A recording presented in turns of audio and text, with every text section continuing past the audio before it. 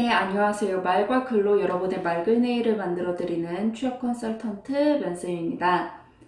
이번 주에 올려드린 자기소개서 특강은 잘 보셨는지 모르겠어요.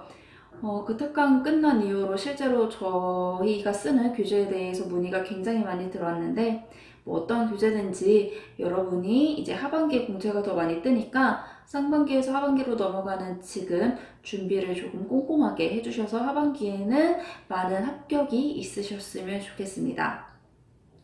오늘 제가 강의 드릴 내용은 면접에서 물어보는 장점과 단점입니다. 많은 친구들이 장단점이 그렇게 중요할 것 같지 않은데 너무 많이 물어본다. 그리고 장점에 대해서는 어차피 나를 자랑해야 뽑힐 것 같으니까 할 수 있을 것 같은데 단점은 괜히 잘못 말했다가 떨어지는 거 아니냐라고 많은 친구들이 저에게 질문을 줬었어요. 근데 하지만 장단점이 굉장히 중요하지 않을 것 같지만 실제로 제가 인사 담당자 하면서 면접 들어갔을 때 이 질문을 하고 한 80% 정도 합격으로 마음을 기울였던 지원자를 불합격시켰던 경험이 있습니다. 뭐냐면 제가 그 당시 뽑던 직무는 굉장히 한 곳에 오래 앉아서 일을 하는 직무였고 어디를 돌아다니거나 이럴 수 없는 직무였어요. 근데 이 분이 와서 처음에 막 너무 이 직무에 잘 맞을 것 같이 얘기를 했는데 자신의 뭐 장점, 단점을 얘기하는데 역마살이 있다. 여기저기 돌아다니는 걸 좋아한다. 이렇게 얘기를 하시더라고요. 그 순간 저렇게 여기저기 돌아다니는 걸 좋아하시는 분이 여기를 오시게 되면 다니기 힘드실 텐데 라는 생각이 들어서 이렇게 안 맞을 것 같다고 판단을 해서 불합격을 줬던 경험이 있습니다.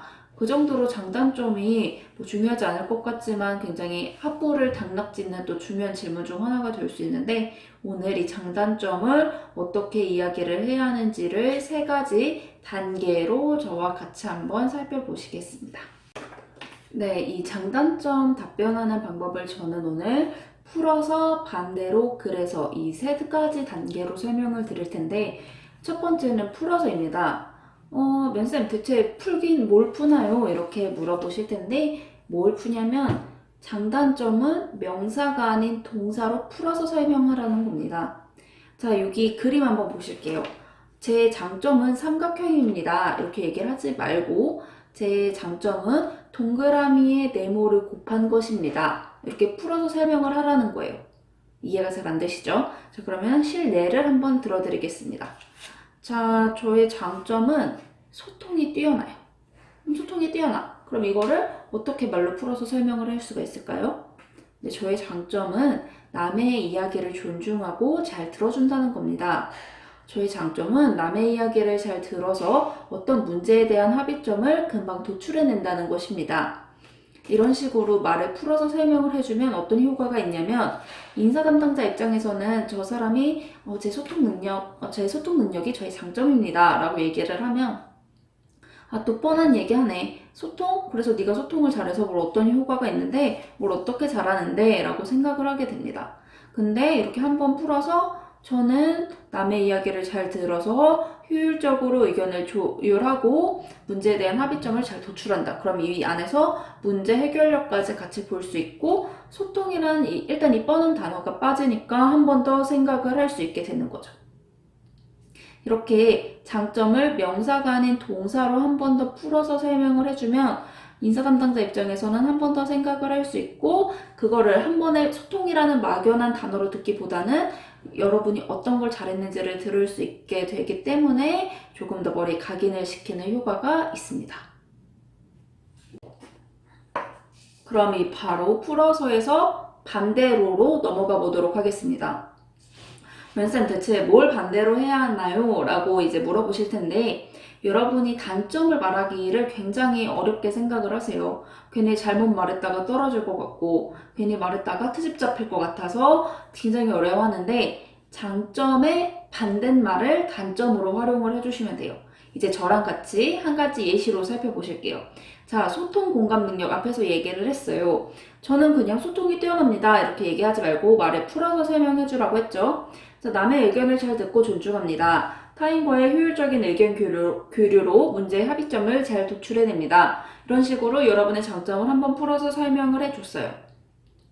그러면은 이거는 사실 어떻게 보면은 또 다른 단점의 반대말이거든요. 자, 같이 보실게요. 남의 의견을 잘 듣고 존중합니다. 이건 또 그만큼 어떤 말이 될 수가 있냐면 남의 의견을 잘 듣고 너무 존중하느라 눈치를 좀 많이 보게 되는 단점이 있는 거예요.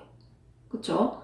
그리고 타인과의 효율적인 의견 교류로 문제의 합의점을 잘 도출해낸다 라고 하지만 이렇게 문제 해결하려고 조율을 막 하고 남의 눈치를 막 보면서 의견을 교류하다 보면 내가 원래 생각했던 내 주장을 명확하게 드러내지 못한다는 단점도 있겠죠. 이렇게 단점을 장점의 반대말로 사용을 해주면 나중에 이제 세 번째에 이 단점을 어떻게 해결했는지 극복 방안을 말할 때 본인의 장점을 살려서 말을 할 수가 있어서 어떤 단점을 말하든지 조금 쉽게 커버가 될 수 있는 문제고, 이 단점이 아무리 조금 큰 거여도 장점의 반대말이니까 이 단점에 반대되는 장점을 나는 갖고 있으니까 금방 해결할 수 있는 단점이 되는 거예요. 네, 그럼 그 다음 그래서입니다. 맞아. 단점을 장점의 반대말로 썼어. 그럼 이 단점에 대한 해결책은 그래서 뭔데? 이거를 이제 알아볼 시간인데, 앞서 말씀드렸다시피 어떤 단점이든 장점의 반대말이기 때문에 이 단점을 다시 뒤져보면 이게 장점이 될 수도 있는 여러분은 단점을 말씀을 하신 거예요. 그렇다면 이 해결책도 내가 갖고 있는 장점을 살려서 풀면 조금 쉽게 접근을 할 수 있겠죠. 그래서 이 해결책을 얘기하고 이 해결책이 오히려 전화위복이 될 수 있는 방안을 말씀을 해주시면 좋습니다. 이거는 실제 합격 예시거든요. 저한테 1대1 면접 컨설팅을 받았던 친구가 장단점을 이렇게 말하고 합격을 했는데 그 예시를 들어서 설명을 해드릴게요. 자, 소통 공감 능력이 뛰어난 친구였어요. 그래서 남의 의견을 듣고 잘 존중을 합니다. 효율적으로 의견을 조율합니다. 이런 식으로 얘기를 했어요. 근데 그래서 저는 눈치도 많이 보고 그리고 내 주장을 명확히 드러내지도 못하고 이랬어요. 이게 사람이 많을 때는 다수결로 해결을 하면 됐지만 나 혼자 문제를 결정을 해야 할 때는 다수의 문제를 나 혼자 결정해야 할 때는 참 어려움이 많이 있었다고 얘기를 하고 저는 그래서 셀프로 소통을 했다고 이 친구는 얘기를 해줬어요. 이 셀프 소통이 뭐냐? 어떤 문제를 결정해야 될 때 이 문제를 두고 생길 수 있는 모든 문제점과 반대파의 의견, 반대되는 해결 방안 이런 식으로 나올 수 있는 모든 부정적 의견을 다 정리해서 적어본 거예요. 그럼 이 나올 수 있는 문제를 어떻게 해결할 수 있을지, 어떻게 반박할 수 있을지를 다 정리를 해서 전문 지식을 모아둔 노트를 뒀다고 얘기를 했죠. 이게 왜 좋냐면 이렇게 내가 어떤 반대되는 의견에 대해서 구체적으로 의견을 제시할 만큼 자료를 모았기 때문에 명확하게 의견 제시도 할 수 있고 명확하게 의견 제시를 하는 만큼 눈치를 덜 볼 수도 있게 되는 거죠.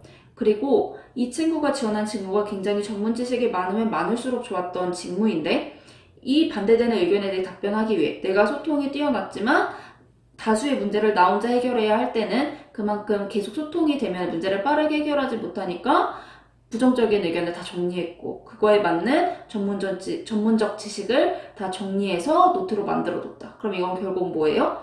이 친구가 나중에 직무로 들어왔을 때 해결할 수 있는 어떻게 보면 하나의 가이드북이 되는 거죠.